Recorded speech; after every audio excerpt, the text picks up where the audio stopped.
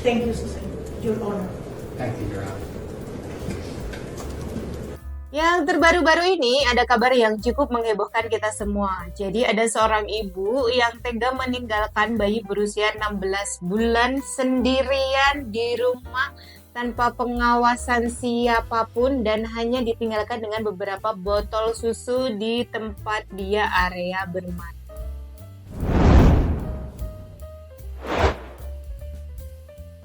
Ibu ini pergi 10 hari dengan dalih pengen menikmati liburan musim panas. Dan rata-rata kalau kita baca komentarnya, mereka menyampaikan komentar hate speech ya, yang menyalahkan si ibu ini, kok dia tega banget melakukan seperti itu. Aduh, kayaknya kemits banget baru ngebayangin denger suara nangisnya aja gitu kan.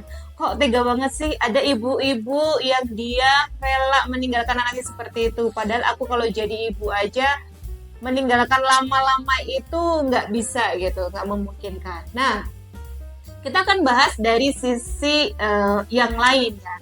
Kita mencoba untuk tidak membahas menyalahkan siapapun, tapi kita coba untuk peduli dan melihat situasi dan kondisi seperti ini.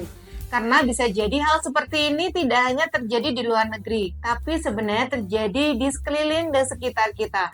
Makanya kita perlu aware dan peduli. Kita akan mulai pembahasannya dari sisi suami. Sebelum ke sisi suami, namanya seorang ibu yang dia susah payah, hamil, itu udah perjuangan yang sangat luar biasa, hormonnya udah nggak karuan. Setelah itu dia melahirkan, melawan rasa sakit, dan mengasuh anak sendirian, maka ada namanya baby blues ataupun postpartum depression. Bisa jadi ibu ini mengalami depresi atau tekanan yang luar biasa karena setelah melahirkan mungkin bentuk tubuhnya sudah tidak seperti dulu lagi. Mungkin suaminya tidak support untuk membantu mengasuh anak karena dia masih dalam kondisi yang cukup lelah, akhirnya harus berjuang sendiri. Dan mungkin dia kurang bisa didengarkan atau diapresiasi dari orang sekitarnya, entah itu orang tuanya, mertuanya, atau bahkan suaminya. Akhirnya rasa lelah itu menumpuk-numpuk semakin banyak dan akhirnya memunculkan disebutnya rasa apati yang dia tidak memiliki kepedulian atau mati rasa lah disebutnya. Dia memiliki mati rasa atau dia nggak peduli dan dia kayaknya pengen lari aja gitu. Lari dari situasi dan kondisi ini. Yang akhirnya itu merugikan siapa? Ternyata merugikan si bayi ini yang dia harus meninggal selama kurang lebih 9 hari ya, kalau nggak salah. Dan dia sampai memakan fesesnya sendiri karena begitu kelaparan. Your baby, Jalen, trapped in a pack and play without food and water for 10 days. You could have saved Jalen's life many times. You could have found someone to watch her while you were gone. You could have taken her with you while you were in Detroit or Puerto Rico. You could have called someone in Cleveland. Dr. Mooney indicated that rigor mortis was found when they found her, which means she didn't die that long before you came home. Think about that. Despite all of her suffering, that little baby persevered, waiting for someone to save her.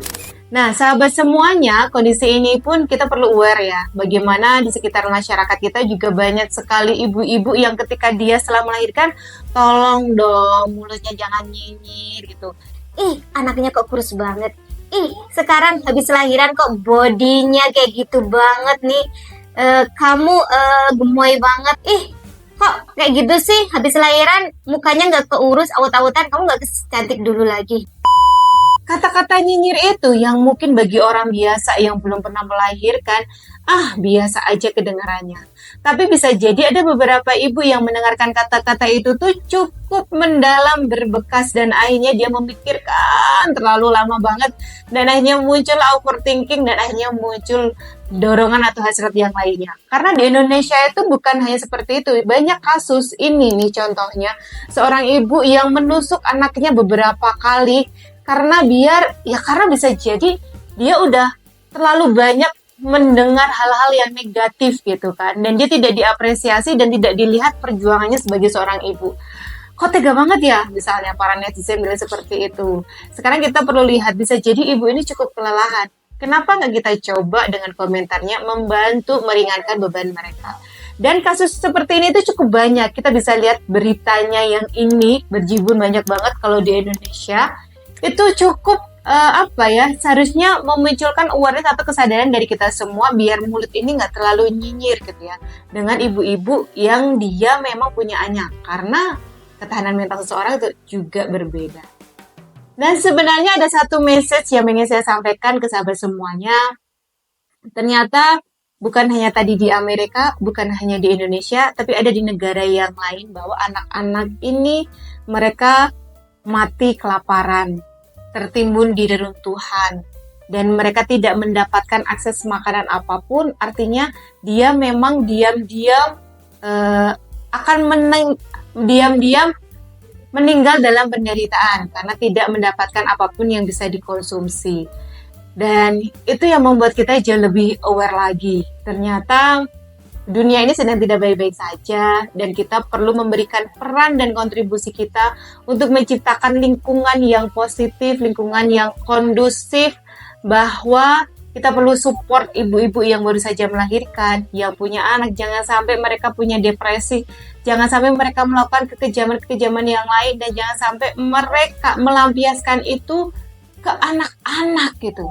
Dan kalian sebagai seorang suami perlu belajar untuk aware dan peduli bahwa istri kalian ini sudah berjuang sangat luar biasa, mempertaruhkan nyawa, cukup lelah, depresi, dan lain sebagainya. Tolong dong bantu ringankan bebannya sedikit saja.